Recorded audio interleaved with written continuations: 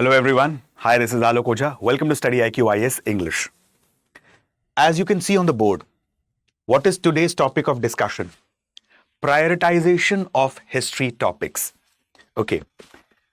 My friends, I have taken many videos on strategies, like what strategy need to be adopted when you're initiating your preparation for 2026 or 2027 or 2028. Okay.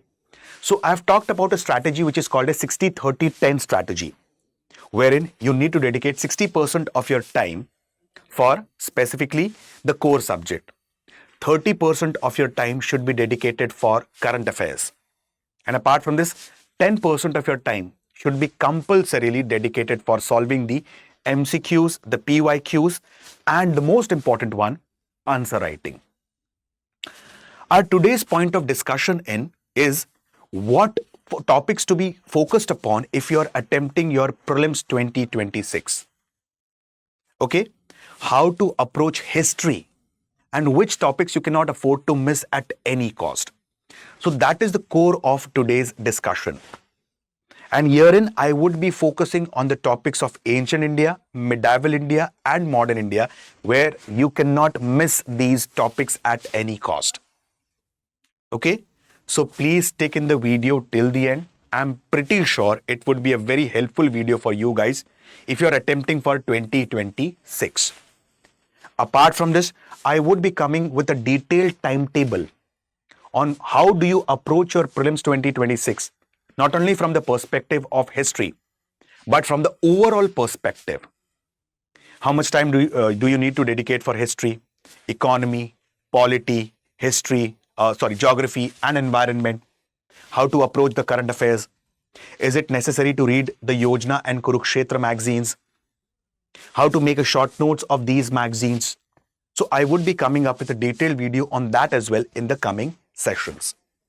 So today's topic of discussion is prioritization of the topics of history which you cannot afford to miss at any cost.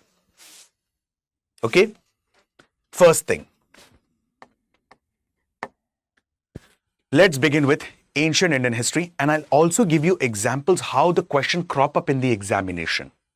First topic, prehistoric culture. Okay. I'll give you an example of a question and then I'll tell you how to approach it. Consider the following statement. First statement. For the first time, evidence of agriculture comes from the Neolithic age. Second statement. For the first time, the evidence of animal domestication comes from the Mesolithic period. Which among the following statements are correct? Only one, only two, both, and none. Answer to this question is both the statements are true. Now let me tell you about the four ages: Paleolithic age, Mesolithic age, Neolithic age, and Chalcolithic age. Paleolithic age, in very simple words, is nothing but development of stone tools. That is development of flakes, development of burins. Apart from this Mesolithic age, for the first time we saw here the microlith. Apart from this, evidence of domestication of animal for the first time comes from the Mesolithic age. Neolithic age, the term Neolithic was coined by John Lubbock, and the Neolithic Revolution was coined by Gordon Childe. And we observed here for the first time development of agriculture. And Chalcolithic age, the word Chalcolithic age, it is derived from two words, chalco and lithic. Chalco means copper, lithic means stone. So it's a stone copper phase. So the important sites associated with these ages are important. Like Hiran Valley in Gujarat, it's an important Paleolithic site. Hungasi in Gulbarg district of Karnataka, important Paleolithic site. Bhimbetka caves, Raisen district of Madhya Pradesh. Apart from this, an important Neolithic site is Burzahom, wherein the master and the dog both were buried in the same grave. And it's an important site in the region of Kashmir. So prehistoric culture, you need to understand the specifications. Apart from specification, you need to go through important sites. Second important topic that you cannot afford to miss if you're aspiring for 2026 from ancient Indian history is Indus Valley civilization.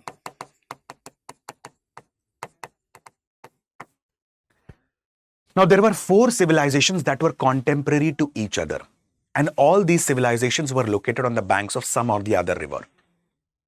Mesopotamian civilization, it encompassed the region of specifically Iran, Iraq, Syria, Kuwait, southeastern Turkey, correct?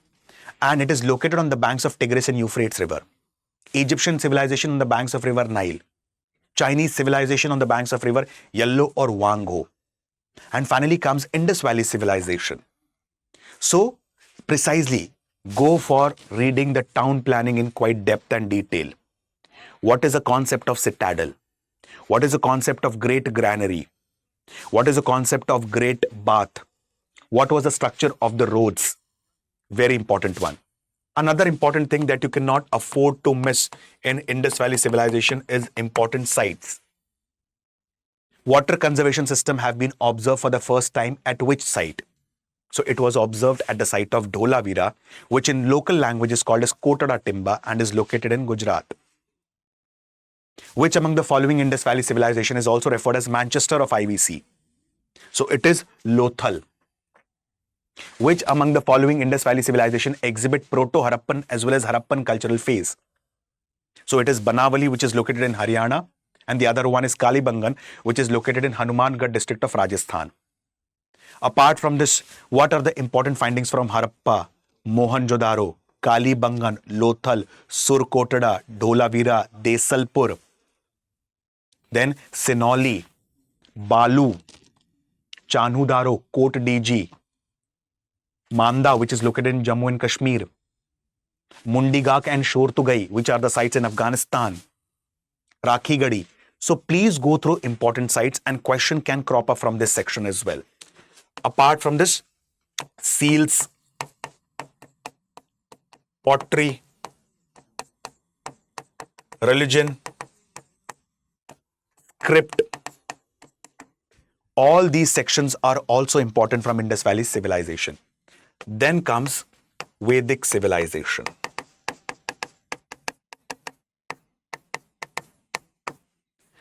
I would suggest you in Vedic civilization, focus majorly on terminologies. And you can expect the question from the section of terminologies. I'll tell you how. There are four Vedas, Rig Ved, Samved, Yajurved and Atharved. There are different texts or commentaries on these Vedas. They are referred as Brahmanas. And Aitra and Kaushtaki Brahman are associated with Rig Ved, a question asked in the UPSC Prelims exam. Panchvish, Sadvish, Jaiminya, Tandamaha and Talwakar are the Brahmans associated with or the text associated with which Ved? They are associated with Samved. Apart from these, specifically I'll tell you, direct question, you can Google this. What are Aranyakas? So Aranyakas are nothing but forest books. Okay. Then what is the term Gau means? Gau basically means cow. And the Gau or the Gau finds mention for 176 times in the Rig Vedic hymns. Ashwa, Ashwa means horse. It finds mention for 215 and some text also mentioned 315 times in the Rig Vedic hymns.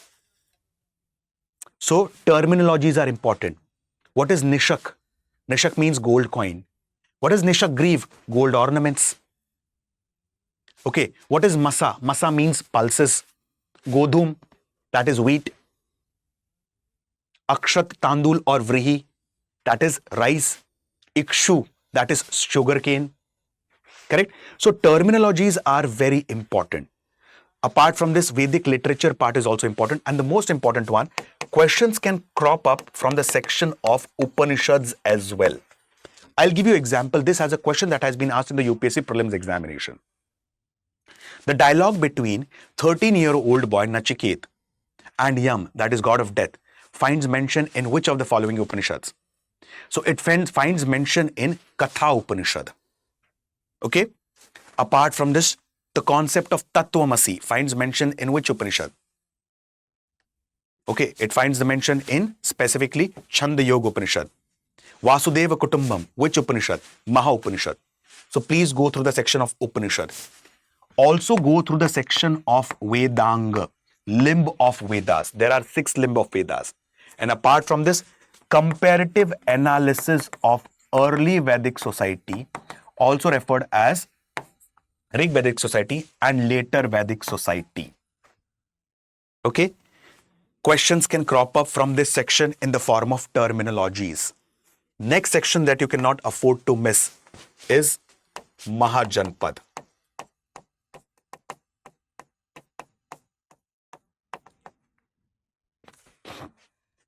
In the section of Mahajanpadas, okay, totally there are 16 Mahajanpad. So in Mahajanpad, focus on the capital of these Mahajanpad, location of this Mahajanpad, and any significance of these Mahajanpads. Administration of these Mahajanpad. And apart from Mahajanpad, also have a look through Ganarajya, tribal republics. So this is about the section of Mahajanpad. Then Mauryas. Focus on the Mauryan rulers. After that, focus on the Mauryan administration. And I'll tell you how questions do crop up. I'll just give you an example. Megasthenes Indica.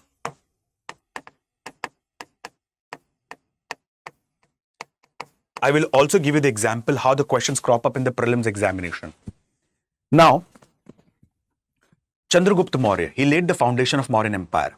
In Greek and Latin literature, he is also referred as Sandrokotas or Androkotas. Okay? Now, the court of Chandragupta Maurya was adorned by a Greek ambassador whose name was Megasthene. Megasthenes was an ambassador of Seleucus Nicator, and he wrote a book called as Indica. The original copy of Indica have been lost.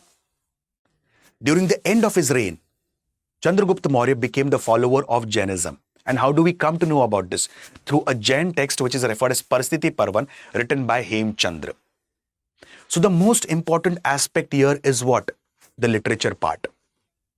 Apart from this, Bindusar is also referred as Antriochates or Amitraghat, which basically means slayer of foes, slayer of enemies. Then comes Ashoka. Ashoka is very important. Focus on 14 major rock edicts of Ashoka and 3 minor rock edicts of Ashoka. 7 major pillar edict of Ashoka and 3 minor pillar edicts of Ashoka. Rumindei pillar edict, Nigali Sagar pillar edict are important. Major rock edict number 5, 7, 12 and 13 are very important from the exam perspective. Questions have been asked in the prelims examination on these. Apart from this, Mauryan administration also plays a very crucial role. This year itself, Prelims 2025, there was a question. Who were Rajuka, Yukta and Pradeshika? So Rajuka, Yukta and Pradeshika were the district officials during the Mauryan period. So how was the administration of the Mauryas defined? The provinces of the Mauryan Empire. Who were Rajuka, Yukta and Pradeshika? What was the role of Nagarika? Who was Gramika, Gop and Sthanak? What was the spy network referred as? Who were Sansthan and Sanchari? What was the taxation system during the Mauryas?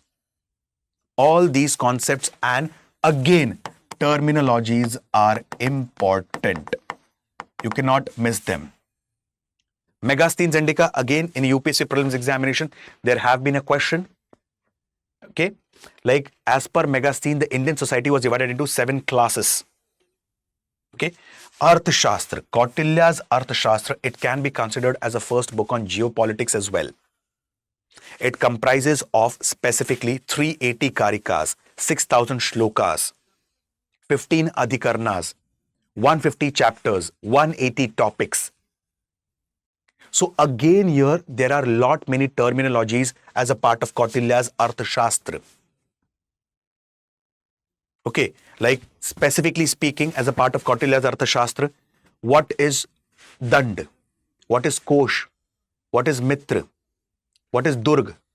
What are different types of Durg? Jaladurg, Vanadurg, Dvipadurg. Durg means fortress. So all these concepts are very important from the exam perspective. And the very favorite topic of UPSC, Buddhism and Jainism.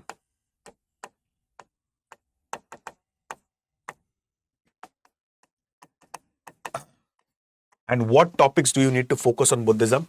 Just give me a second. I'll note these topics and then I'll explain them as well.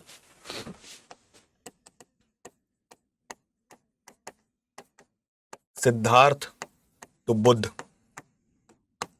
Sect. Four Noble Truth. Eightfold Path. Panchaskand. Buddhist councils.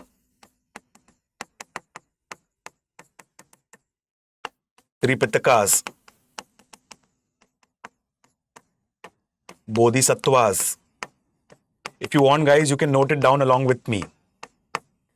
Tripitakas, Bodhisattvas, Mudras of Buddhism, and question have been asked on all the topics that I'm mentioning here. All the topics. Okay? Mudras of Buddhism. Apart from this, monasteries. The concept of Chaitya and Vihar. Important caves. Okay. Other Buddhist literature.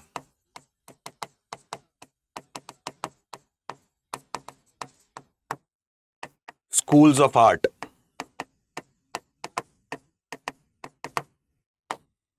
Now let's focus on each one of them. A direct question can be asked in the examination. What is Tathagat? All these are the questions that have been asked in the examination. So Tathagat basically means pathfinder of truth. What is Mahabhinishkraman? The process of renunciation. Buddha left his home, or Siddharth left his home at the age of 29. And he reached Gaya at the age of 35. And after reaching Gaya, it is believed that he meditated continuously under a peepal tree for the next 49 days. And on the 49th day, he attained Nirvana. From here onwards, he was called as Buddha. So the day he renounced his worldly life is referred as Mahabhinishkraman. So what is Mahabhinishkraman? What is Mahaparinirvana? What is Sakya Muni? Tathagat? Okay. Apart from this, Dharma Chakra Parivartan. What is the significance of Bhumi Sparsha Mudra? What is the significance of Anjali Mudra? What is the significance of Karna Mudra? What is the significance of Dharma Chakra Mudra? So how Siddharth became Buddha, all the terminologies, all the mudras are important. Now there are three important sects of Buddhism: Heenyan, Mahayana and Vajrayana. Majority of the literature of Heenyan is in Pali language. Mahayana is in Sanskrit language. Nagarjuna and Asang, they were the founders of Mahayana sect of Buddhism. Apart from this, it is also believed that Vajrayana. So Vajrayana, they believed in tantric activities. Manjushri, Moolkalp and Ratnagotra Vibhag are the important books on what we say Mahayana form of Buddhism. And Mahayana form of Buddhism also believed in the concept of Bodhisattvas. Who are Bodhisattvas? They are Buddha in making. So sect of Buddhism, Bodhisattvas. Then specifically four noble truths. Apart from this, four Buddhist councils. And what were the output of these councils? First Buddhist council was held in Satapani case, located in Rajgriha, patronized by Ajatshatru, who is also referred as Kunik. Second Buddhist council, it was held in Vaishali, patronized by Kalashok, Shishunag dynasty ruler. And precisely in second Buddhist council, we observed Theravada and Mahasanghika. Third Buddhist council, very important, patronized by Ashoka, and it saw the compilation of three Pitakas. Fourth Buddhist council, again very important, held in Kashmir, and the only council to be held in Sanskrit language. The previous three were held in Pali language. What's the significance? Division of Buddhism into two parts. That is what? Specifically, Heenyan and Mahayana. So Buddhist councils are important. Apart from this, monasteries and Chaitya Vihar. Chaitya basically means prayer hall. Vihar means residing place for monk and nun. Direct question has been asked in UPSC. What is Chaitya Vriha? Okay, so this is the bifurcation of the things that you need to focus upon. You cannot miss these things. Question has been asked in the UPSC examination. What is the significance of Bhumi Sparsha Mudra? Apart from this, question have been asked on the monasteries. On one side, the monasteries were given. On the other side, location were given. Tabo Monastery, K Monastery, Tawang Monastery, Shashur Monastery. Okay, all these monasteries and location are given, match the following. So monasteries are important. Apart from this, Buddhist literature, important Buddhist cave, Ajanta, Ellora. Okay, who patronized Ajanta caves? Who patronized Ellora caves? What is the significance of Bagh caves, which is located on Baghani river, on the banks of river Baghani in Dhar district of Madhya Pradesh? What is the significance of Karle caves? What is the significance of Bhaja caves? Okay, so caves are important. And the most important part, schools of art. Like Buddha is depicted in a curly hair. Buddha has long ear lobes. He has a bulky body. So these are the features of which school of art? Gandhar School of Art, Mathura School of Art, or Amravati School of Art. So schools of art also, there have been a question asked in the UPSC examination. Now coming to Jainism part. If we speak about Jainism, the first part that you need to focus upon is the 24 Tirthankars and their symbolization. First Tirthankar was Rishabhnath Ji or Adinath Ji. 23rd Tirthankar was Parshabnath Ji, whose symbol was snake. And 24th Tirthankar was Vardhaman Mahavir Ji. So all these Tirthankars are important. One more important thing, I forgot about Buddhism, and questions have been asked in the examination. Stupa architecture, very, very important one. And questions can be there in the form of terminology in stupa architecture. Okay, like what is Anda? What is Harmika? Apart from this, what is Sharirik Stup? What is Paribhogika Stup? What is Updeshika Stup? So questions can be based on terminologies as well. Coming back to Jainism. So 24 Tirthankars are important. Apart from 24 Tirthankars, specifically, there could be a probable question on sect of Jainism, Digambar and Shwetambar. I was going through one of the MCQs. Okay, now there is a book called as Ghatna Chakra, and Ghatna Chakra, it's a compilation of past 25 years of question papers. It's in bilingual, Hindi and English. So it's a past 25-year compilation of the questions from not only UPSC civil services, but also from state PSC, NDA, CDS, CAPF assistant commandant, APFC, and so on. So I was observing one of the question, and the question was like, Sthanakvasi, Deravasi, these are the subsect of which sect of Jainism? So these are the subsect of Digambar and Digambar. So questions do crop up in that manner. Apart from this, important Jain temples. You can also correlate this with the art and culture. You can also correlate this with the current affairs. Like last year, Palitana, it's a town in Gujarat which was a lot in news. Why? Because Palitana, it's a first 100% vegetarian city of India. First. And what is the significance of Palitana Jain temple? Palitana Jain temple, it is located on Shatrunjaya hills. Okay. And these hills have been sanctified by all the Tirthankar except 22nd Tirthankar, Neminath, whose symbol was conch shell. Then the temple which is located at Shravan Belagula, Bahubali statue, Ranakpur Jain temple, Lodhruv Jain temple, Malla Gurdi Jain temple. As per Jainism, specifically as per Digambar, all the Tirthankars are male. As per Shwetambar, 19th Tirthankar is a female, Mallibai. Her symbol is Kalash. So, Jain temple, No Tattvas of Jainism, 5 cardinal principles of Jainism,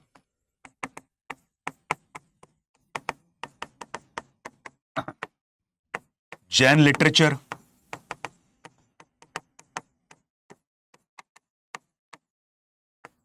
apart from Jain literature, that you need to focus upon is Jain Council. So all these are the topics that you need to focus on Buddhism and Jainism from the exam perspective. If you are approaching for what we say 2026 prelims examination. Okay. Moving ahead. Another important topic is Sangam age.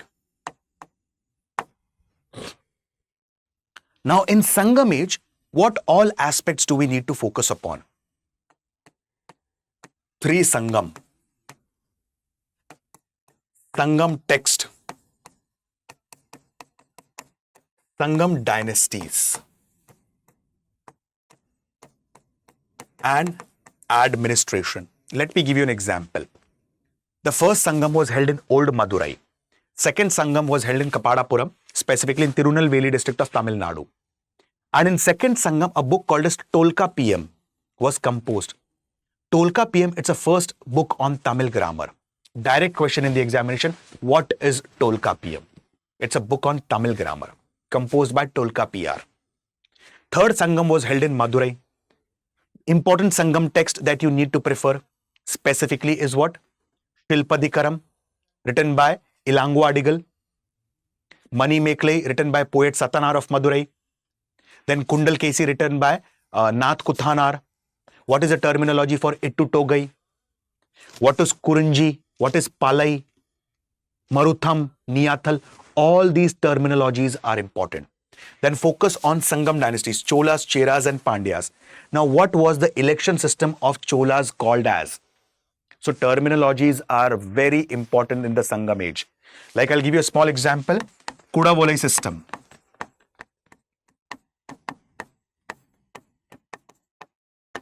Kudavolai system was what all about? It is nothing but the election process of the Cholas. And through this, the members of Varyam were chosen. What is Varyam? Different committees.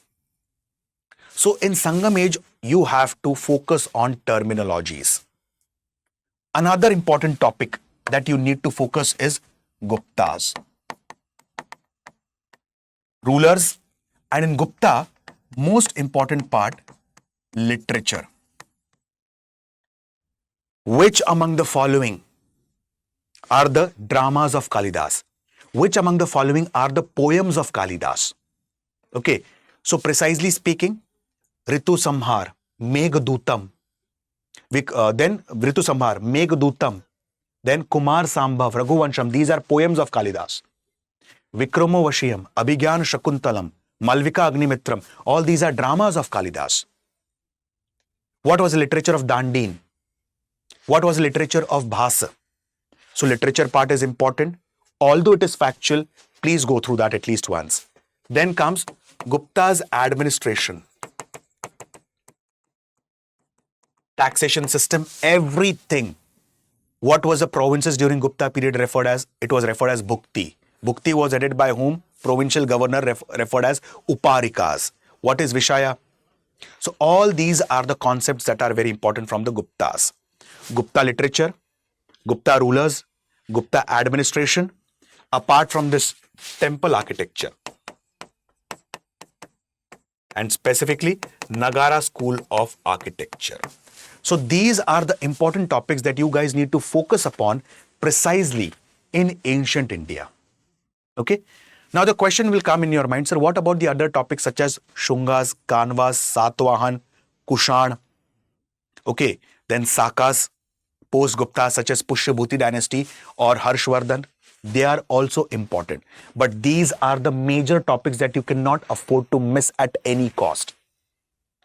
So these topics needs to be studied in quite depth and detail. And the other topics just have an overview of them. Shakas, Kushan, Shungas, Kanvas, Satwahan, post-Guptas such as Vakatakas and Pushyabhuti dynasty. Is it clear? So that approach needs to be followed precisely for ancient India. Now, what approach do we need to follow for medieval India? Okay. In today's video, I am focusing majorly on ancient and medieval India. In the coming videos, I would be talking about an approach of history towards that needs to be followed in modern India. Very important one. Okay.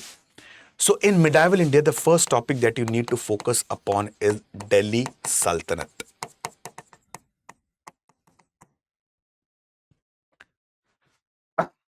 As per the book Fateh-Nama Sindh or Chachnama, Muhammad bin Qasim was the first Islamic invader of India. Okay. And after Muhammad bin Qasim comes Mahmud of Ghazni, whose only intention was to plunder India.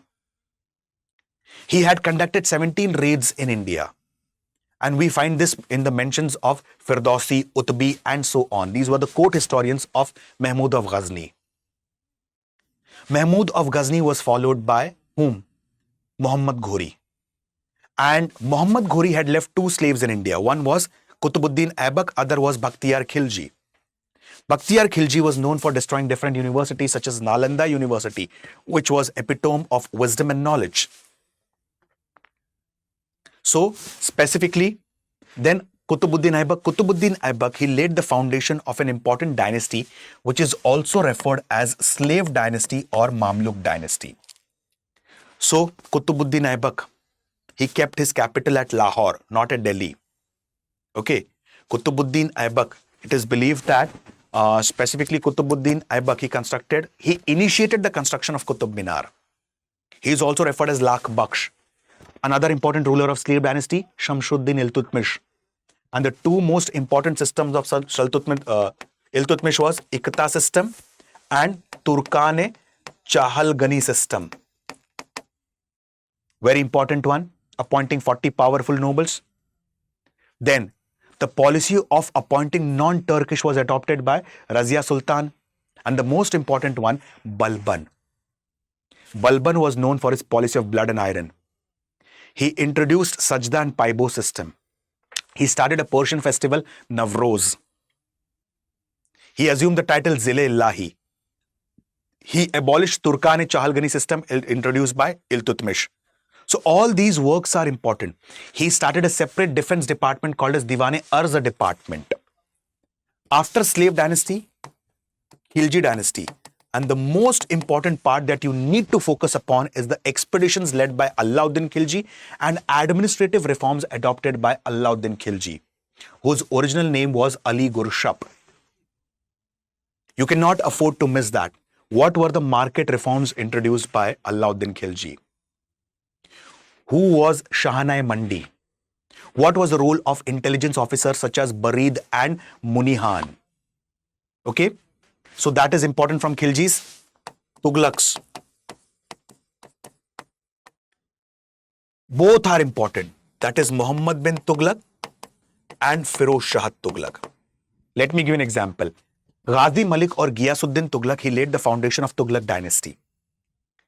He was being succeeded by his son whose name was Juna Khan, Muhammad bin Tughlaq. Many historians do regard Muhammad bin Tughlaq as a wise fool. So compulsorily study Muhammad bin Tughlaq's 5 major experiments. All the experiments are important from the exam perspective. Also study these experiments in chronological order. Questions have been asked in the past, specifically arrange the following events or experiments of Muhammad bin Tughlaq in chronological order. What is Diwan-e-Kohi department, or who started Diwan-e-Kohi department? So Diwan-e-Kohi, it's an agriculture department started by MBT, Muhammad bin Tughlaq. So 5 experiments, Diwan-e-Kohi department, and the constructions that were being initiated by Muhammad bin Tughlaq. One more thing, Alauddin Khilji. I remember or recall one question about him. Who gave the title Tutiye-Hind, Parrot of India, to Amir Khusro? So the title was given by Alauddin Khilji. Amir Khusro is also called as father of Qawwali music. He is also called as father of Hindustani style of music. Then coming back to FST, Firoz Shah Tughlaq. Firoz Shah Tughlaq is known for establishing different departments. Diwan-e-Bandagan department, that is slave department.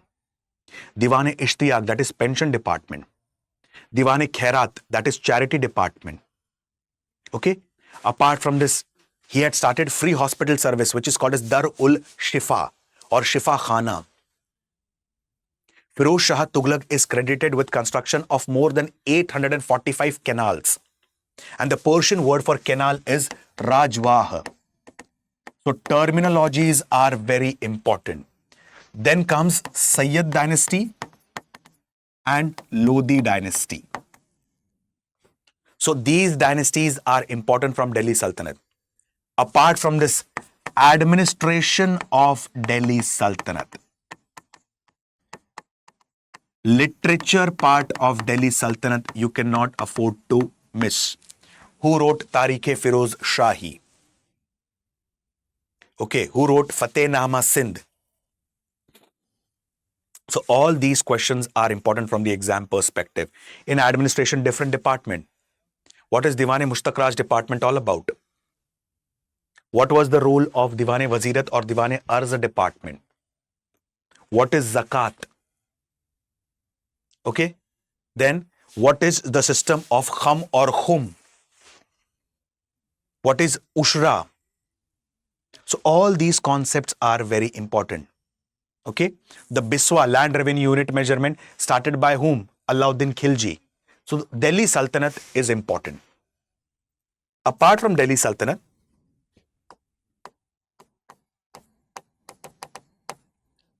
Sufism and Bhakti movement. The word Sufism has been derived from the word Suf. And the word Suf basically means wool. Now, different concepts, different terminology from Sufism are important. The central principles of Sufism revolve around two important things, Pir and Murid. Pir means teacher, Murid means disciple. So what is Pir? What is Murid? What is Ruh? What is Kurbat?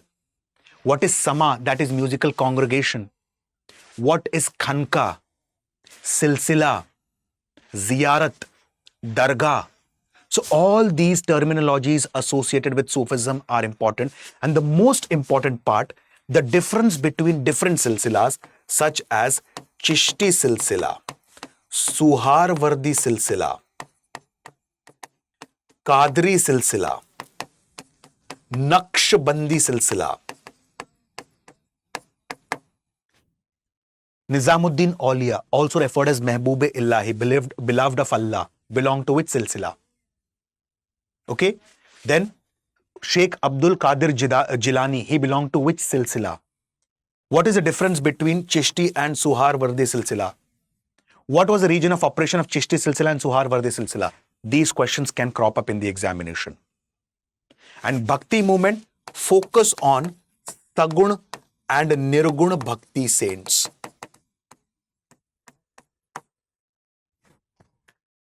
Sagun Bhakti saints means they believe that God has forms and attributes like human beings.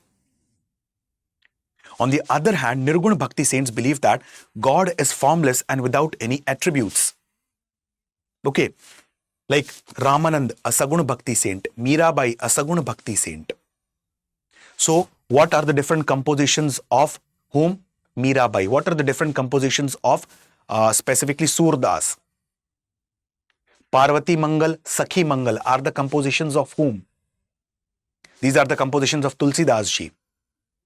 Bijak, it is a compilation of Doha of whom? A Nirgun Bhakti saint, Kabir Das ji. What was the role of Dadu Dayal, who was referred as Maithili Kavi Kokil? So it was Vidyapati. He was a Bhakti saint from the region of Bihar. He is referred as Maithili Kavi Kokil. Who wrote the book Das Bodh? So Das Bodh was written by Ramdas ji. He is a spiritual guide of Chhatrapati Shivaji Maharaj ji as well.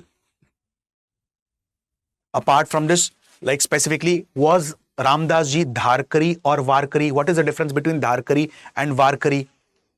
Who are Alwar and Nainar in South India? Alwars were worshippers of Lord Vishnu or Ram or Krishna. Nainars were worshippers of Lord Shiva.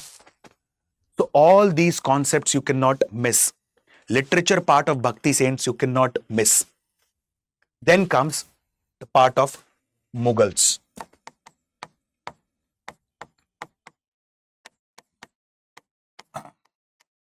Babar. All the major battles fought by Babar in India.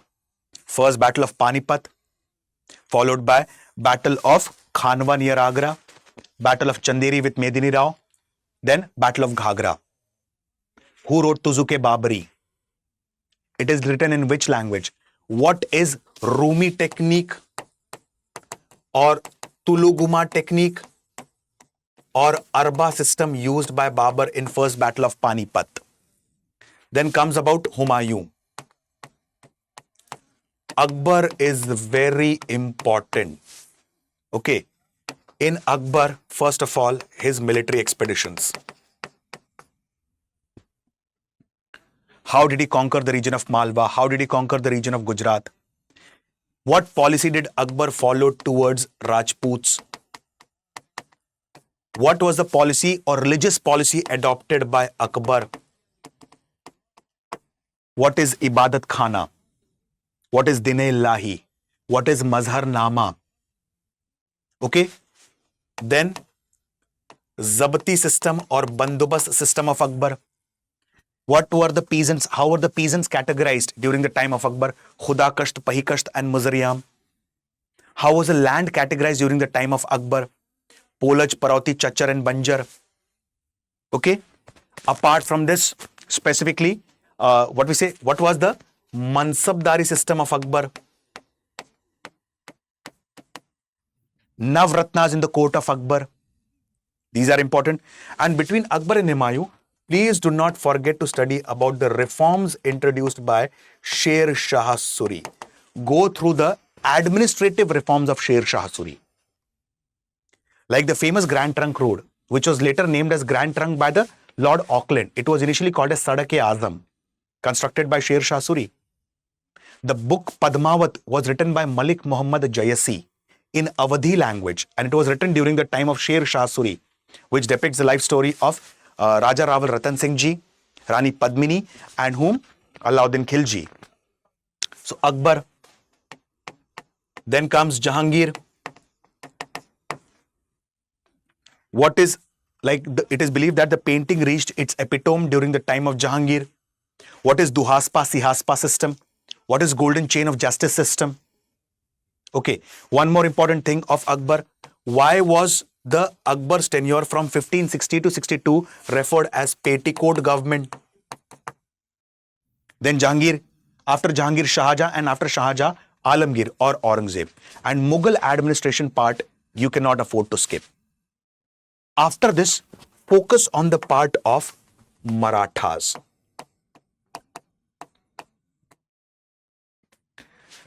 Rise of Chhatrapati Shivaji Maharaj. After rise of Chhatrapati Shivaji Maharaj, focus on the Ashtapradhan, the role of Peshwas. Okay, all these concepts are important. What is Sar Deshmukhi? What is Chauth? Where was Chauth levied? What is the difference between Chauth and Sar Deshmukhi? So Maratha section is important. Vijayanagar and Bahamani kingdom are other important topics.